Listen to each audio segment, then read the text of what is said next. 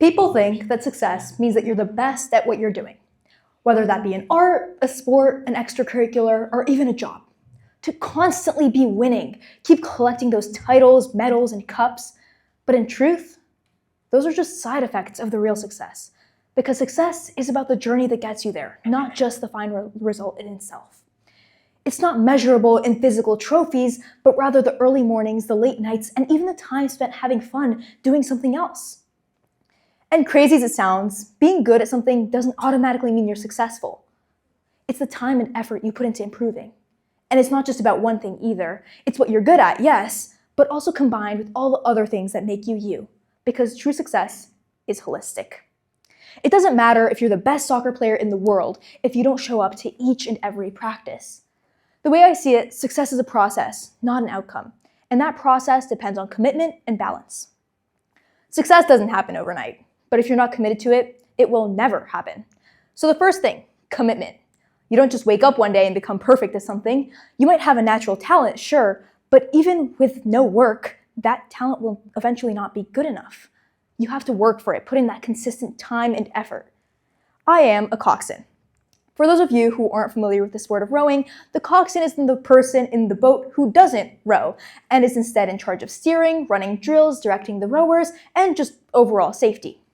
Now, I'm a pretty new person to the sport. I've only been coxing for about a year or two, and I'm definitely not the best out there. But I did have my first race recently, the Mayor's Cup. Sure, my boat didn't win, but I would call it a successful race because we all experienced and learned something new.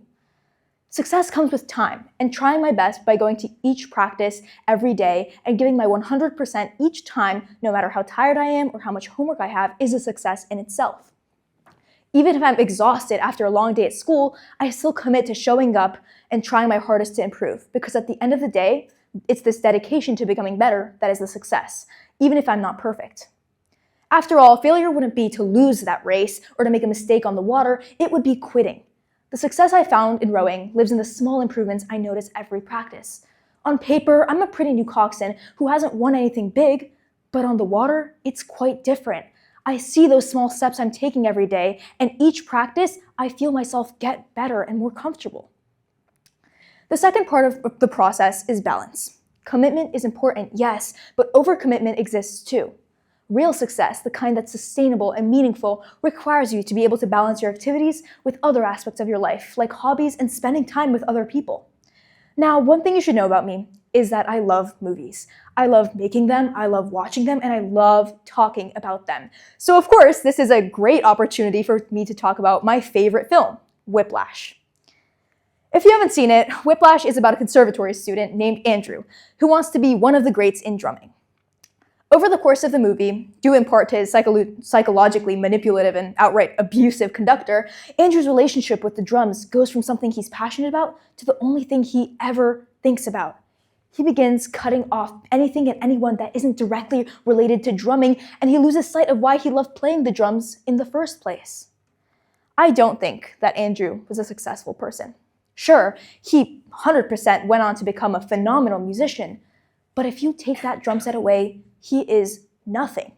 He doesn't have any friends, he doesn't have any hobbies or even a life, and that's exactly what makes him, to me, unsuccessful. Not because he wasn't talented, but because he never learned how to balance.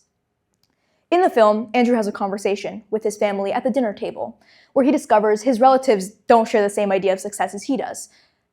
Here's a slightly paraphrased version of the dialogue he shares with his uncle. His uncle asks him if he has any friends, and Andrew says that he doesn't.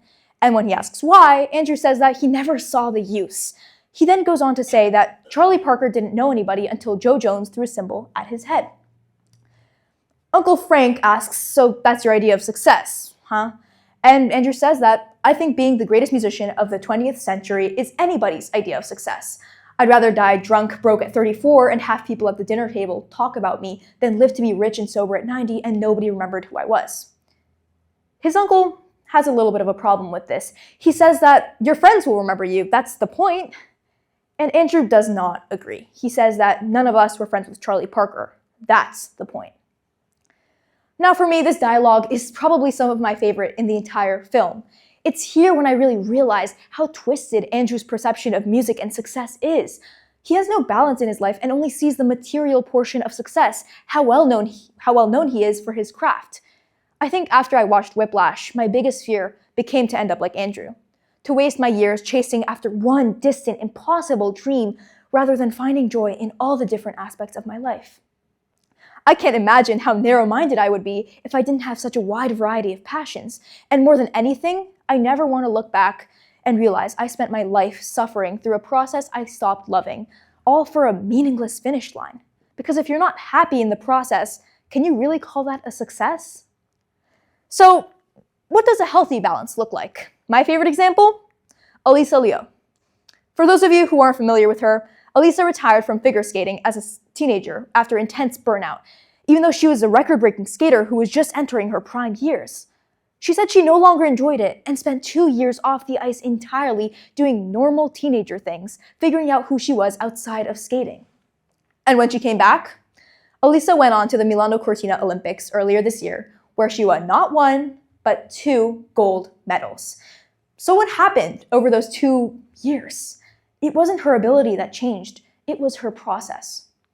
Unlike Andrew, who collapsed his entire identity into his art, Elisa stepped back, found balance, and returned with a reignited passion, which is why when she went to the Olympics, she said that she felt absolutely no pressure and was just there to skate for herself and share her art. Elisa single-handedly proved the idea that success equals suffering is wrong and that it's okay to take breaks.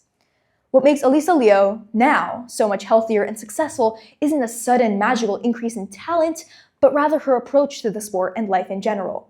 What's different now is that her life isn't only figure skating. She's committed by all means, but she has her friends, hobbies, and passions outside of that as well.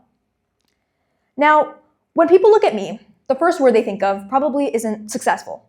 I'm not famous, nor am I a billionaire, but I consider myself successful. I'm constantly working to improve, and I'm happy with the passions and people I make time for. So if I leave you with one thing today, let it be this. You don't have to be perfect to be successful. You just have to find joy in what it is you do, be dedicated to improvement, and have a good balance with other things in your life. Thank you.